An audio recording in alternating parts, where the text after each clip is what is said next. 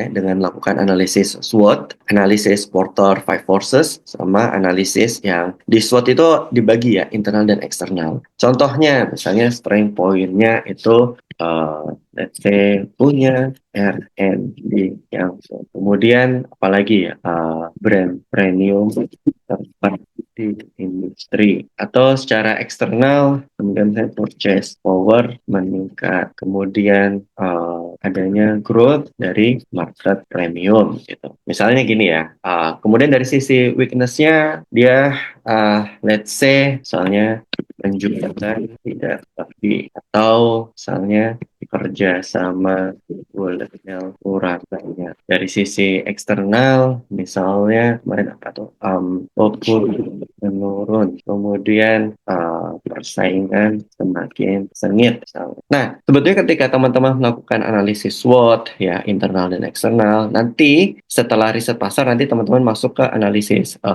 finansial gitu ya ngumpulin rasio kayak gitu kemudian melakukan valuasi DCF kemudian comparative valuation dan sebagainya itu nanti setelah kalian kumpulin sebanyak-banyaknya lebih banyak mana sih jumlah strength point-nya atau jumlah weakness point-nya dari situ nanti teman-teman menjadi dasar untuk memberikan rekomendasi buy atau sell tapi sebelum itu ini kalau misalnya kita dulu di consulting ya selain bikin tabel pros and cons ini kalian kasih value kasih bobot nilai gitu misalnya punya R&D yang kuat itu untuk industri skincare itu beneran penting nggak sih? Kalau penting mungkin bisa dikasih plus gitu. Kemudian brand itu penting nggak? Oke, brand juga penting plus juga gitu. Mungkin antara brand sama R&D lebih penting yang mana? Mungkin lebih penting brand ya. Let's say R&D-nya plus kalau brand premium tuh plus 3 gitu. Nah, sedangkan kalau di penjualan tidak terlalu tinggi ya, ini sebenarnya ini banget krusial ya. Jadi -3 kerjasama dengan wholesale kurang banyak ini juga mungkin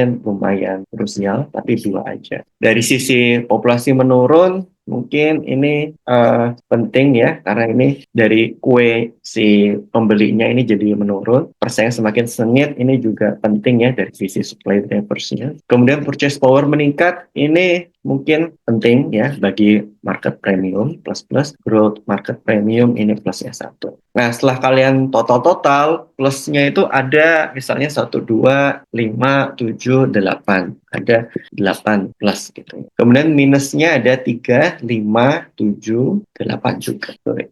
Nah, ketika kasusnya gini, misalnya antara jumlah strength sama weakness poinnya sama gitu, bisa jadi rekomendasi kalian adalah hold. Tapi kalau misalnya jumlahnya itu plusnya misalnya 10, ya minusnya 8, ini bisa jadi buy. Kalau terbalik bisa jadi sell kayak gitu. Nah, ini untuk memudahkan ya. Jadi nanti kalian kumpulin nih, kalian bikin kayak kumpulan apa? Banknya dulu ya, bank informasi strength points-nya apa aja, kemudian weakness points-nya apa aja gitu.